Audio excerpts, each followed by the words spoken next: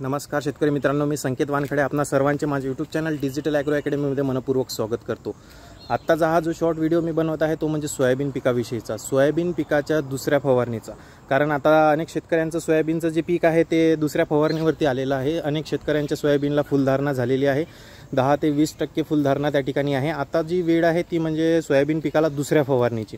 तर दुसरी फवारणी जर आपण व्यवस्थितरित्या घेतली तर त्या ठिकाणी चांगल्या प्रकारे फुलधारणा आपल्या सोयाबीन पिकाला होईल।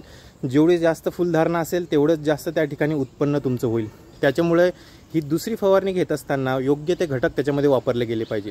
तर याच्यामध्ये मी तुम्हाला एक कॉम्बिनेशन सांगणार आहे, ते जर कॉम्बिनेशन तुम्ही त्या ठिकाणी घेतलं तर नक्कीच तुमचं सोयाबीनचं पिकाला जी आहे जास्तीत जास्त फुलधारणा त्या ठिकाणी होईल आणि तुमचं उत्पन्नामध्ये त्या ठिकाणी वाढ होईल आणि त्या सर्व फुलांचे रूपांतर हे शेंगांमध्ये होईल। तर शेतकरी मित्रांनो, ती फवारणी अशी आहे, त्याच्यामध्ये तुम्हाला जे घटक वापरायचे आहे ते म्हणजे पहिल्या नंबरला तुम्हाला वापरायचं आहे टॉनिक वापरत असताना तुम्हाला वापरायचं आहे टाटा बहार किंवा ॲम्बिशन या दोनपैकी कुठलं पण एक टॉनिक वापरा। त्याच्यासोबत वापरा एक विद्राव्य खतामध्ये 1261 या विद्राव्य खताचा वापर करा। हे झालं एक कॉम्बिनेशन म्हणजे टॉनिक आणि विद्राव्य खत। त्याच्यानंतर तुम्हाला कीटकनाशक वापरायचं आहे, कारण फुलधारणेच्या स्टेजवरती खूप साऱ्या कीटकांचा त्या ठिकाणी परिणाम असतो, त्यामुळं अळ्यांचा वगैरे परिणाम असतो। ह्या अळ्या काय करतात की रस शोषून घेतात, काही रस शोषक अळ्या असतात, त्याच्यामुळे याच्यावरती एक चांगलं त्या ठिकाणी कीटकनाशक घेणे गरजेचं आहे। जर जास्त प्रमाणात त्या ठिकाणी इन्सेक्टचा त्या ठिकाणी प्रभाव नसेल तर तुम्ही त्या ठिकाणी इमॅमॅक्टिन बेन्झोएट हे त्या ठिकाणी वापरा। अदरवाईज त्या ठिकाणी तुम्ही वायगो हे कीटकनाशक वापरलं तरी त्या ठिकाणी चालेल, नाही तर मग कोरॅजिन हे वापरा। तर या तीनपैकी कुठलं देखील तुम्ही वापरलं तरी चालेल।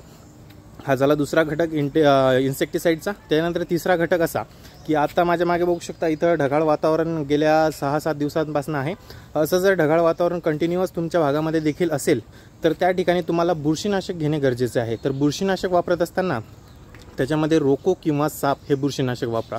फक्त एक काम करा की तुम्ही आधी ज्या फवारणीमध्ये जे घटक वापरलेले असतील ते घटक या ठिकाणी रिपीट करू नका, वेगळे वापरा।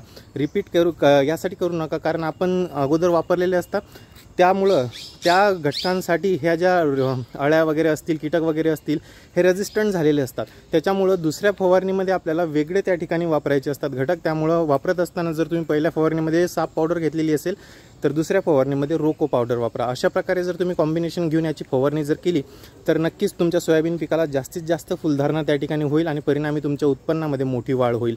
तर माहिती कशी वाटली कमेंट बॉक्समध्ये कमेंट करून नक्की कळवा। आता भेटूया पुढील भागात एका नवीन अशाच महत्त्वपूर्ण माहितीसोबत। तोपर्यंत चॅनलला जुळलेले रहा। धन्यवाद।